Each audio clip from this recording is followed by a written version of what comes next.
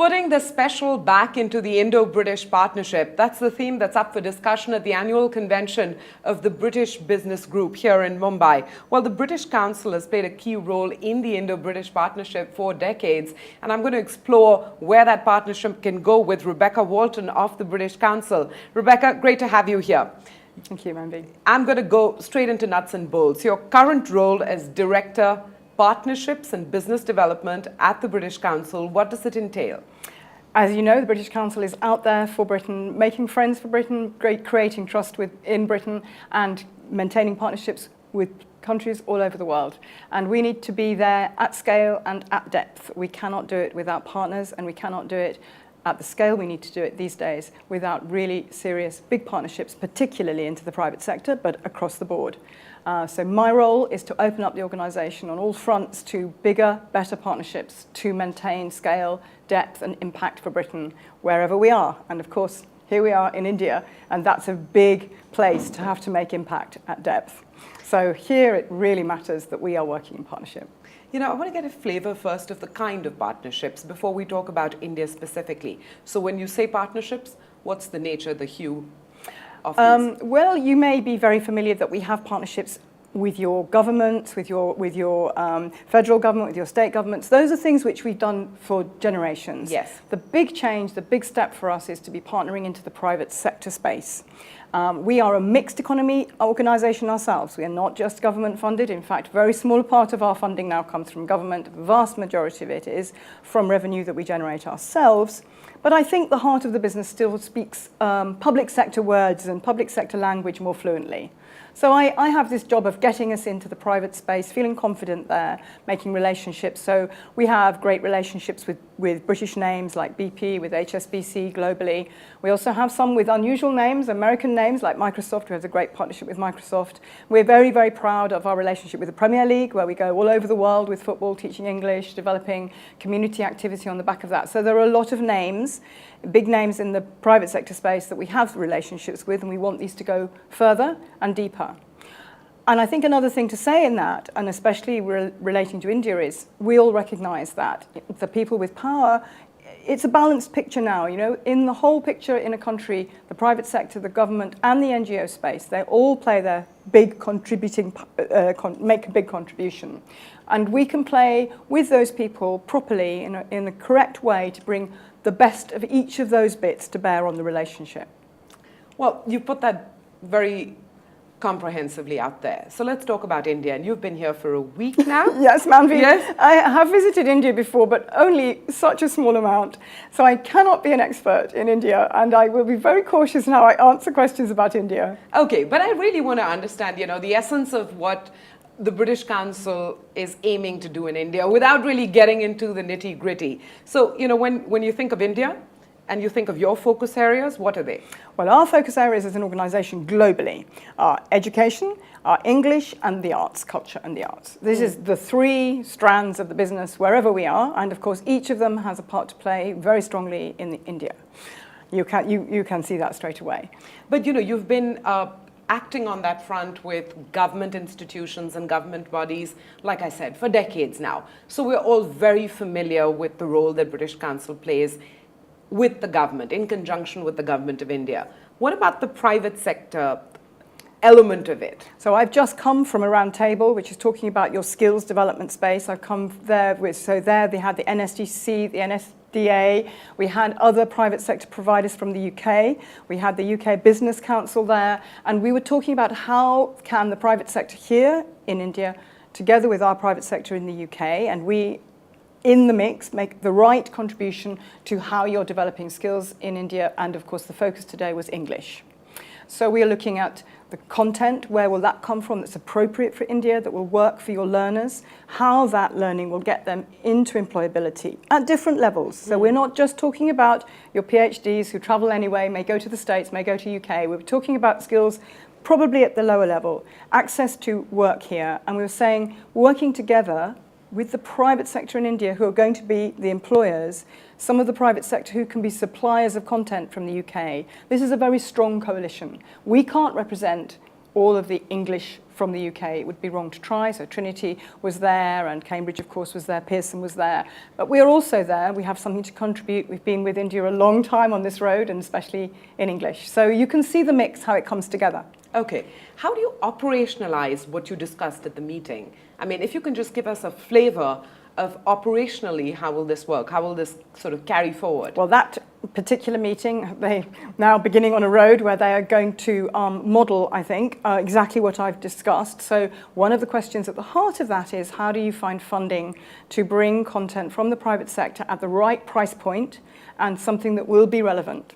So one of the things that this group will work out is a joint fund, if you want, coming from different points that can create the start of that content development at the right price point. So that's one of the tasks they'll take on. Another is longer term, I think, with India, looking at different sector skills and your sector skills councils, getting the right the evidence they need to get the right bits of English in the right places to give a ladder for people. And they can work that out. There are other models that we can all look at. You know, there's a British model, you've got other models here. There are others from other countries that we can also bring to the table. Yes. So it's keeping, but you do need the private sector there. And I think you know that, you're making frameworks for that happening in India. We know that in the UK. I think keeping the different bits of that picture at the table is very important. And I think we all need to learn from each other a bit there. Yes. So I can't give you a really ABC actualization from that meeting, but I could see lots of progress being made. I could see commitments being made from all sides to take the next step and to frame how that would work and to model in one particular state, for example, in India, a bigger picture, to have a bigger program that actually gives you learning. Yes. And you can play that back in. Okay. Beyond education. Yes. Well, beyond English. Yes. Really, what else is a priority in the India portfolio for the British Council? Well, education has always been. I think that I've been talking about skills just now, and it was English in the skills, but skills is the bridge, really, between education, I suppose, and English for us. The other big part of it is the culture space, the art space. I think we, British Council, have been a little not so active as we would have been in the past in that space, and there's a big corporate commitment, not just to India, but around the world, to bring arts back into the heart of the business. I called on the French when I was in Delhi. I called on the Germans. They have strong stories to tell me. This is something which we are learning about. Again, you will know in India that we used to bring much bigger productions of high-end art, I think. There's a commitment to skills development in the cultural space in India. That's ongoing. There's a new additional commitment to bringing some really big stuff in, I hope. And I think that's another part of the story. And of course, it's part of the history between the two countries. Indeed it is. Absolutely. So, if you had to reflect for a moment, and I know it's unfair to ask you to reflect after a hectic 1 week here. Very unfair, this most recent trip. But if you just had to pause for a moment and say, look, this is what we count as our most major success so far, and we're really going to push it, would it be education? The major success so far for us right now in India is our contribution to English at the low levels, your primary grades across states. We are working with your state governments right down to primary grades. We're doing it with NGOs, we're doing it with governments. It's a fantastic story. So we have 750,000 teachers who have been touched by this program to date, and it will double in the next couple of years. This is a big story. This is not a story I bring to India, this is a story that you've grown here. And challenges? The challenge is the same challenge I started with. You have, the complex picture of India, but you have a world of complexity. For us, where does Britain stay relevant and connected and lively and have proper conversations about where we both want to go? So we believe Britain's still got things to be very proud of, but we need to project that in a way which is not about boasting. It is about confident engagement. I think that's the challenge. It's confident engagement and trust, building trust in that conversation. One senses that outreach programs in general, of the British government, for example, are basically being scaled down. And I know you clarified at the outset that, look, we're not a government body. Mm-hmm. However, it is a sentiment prevailing broadly. And I'm sure the British Council is touched by that in some sense. I mean, make sense of it for us. Well, we are touched by the sentiment, Manvi, but the truth of it, in an organisational sense, it's not a very interesting answer for your listeners to talk about the organisation, but nevertheless, we have been reduced, our government grant has been reduced over many, many years. But what we have said is, in the face of that, we are innovative, entrepreneurial people, and we can make the relationships for Britain. So we will do it in different ways, and we will do it in a self-sustaining way. We will not withdraw from the world because the government has reduced our grant. We're there for the British people, and we'll go on doing it. So we have become very entrepreneurial. We're a growing organisation. We keep ourselves tightly to the mission on the 3 subject areas I mentioned, so English, education, and the arts. We keep trust and building trust at the heart of the mission, but we are growing. We are growing all over the world, and I have been in the organisation a very long time, Manvi, 28 years. So before some of your viewers will have been born, but I can reflect that it's never felt the same dynamism in all that time. Well, it makes your job more critical, doesn't it? Makes my job very exciting. Exciting and critical, yes. Because it's about then looking at alternative models of making the same impact, i.e. partnerships. Exactly what it is.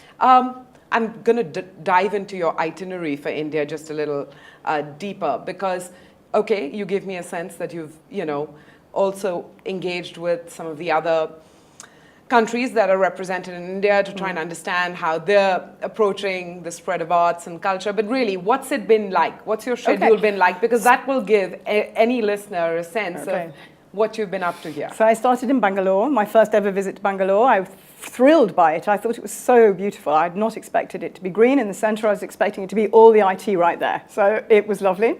I went out to Nokia because we have a relationship with Nokia globally. And I'd met them previously in Helsinki, but went there. Now, of course, we all know Nokia's got a different moment for themselves. So we had our business conversation about our partnership, which is in their not-for-profit space. It's interesting, that in itself.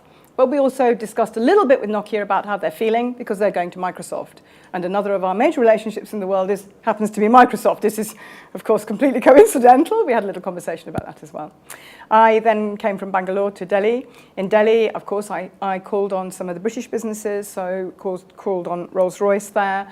I called on the High Commission there. I called on the French and the Germans there. I also went to Boeing, which might seem very strange, but we have a friend who's gone to Boeing. So we called on Boeing to see what they were also talking about in there. Now, with Rolls-Royce, we were talking about their training. How they see training their workforce longer term in India, and if there's some contribution we could make in that space with them, and again, probably Indian suppliers in the space, British. But what is there a role for us? Would we add any value? Or if not, please, we won't get in the way. So there was a very interesting conversation with Rolls-Royce, and we work with Rolls-Royce elsewhere in the world, of course.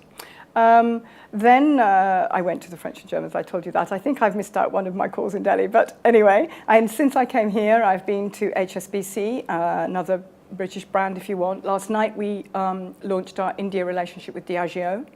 Diageo is a relationship we have elsewhere in the world, so we're really pleased to bring it here, and that's with their Plan W, women entrepreneurs.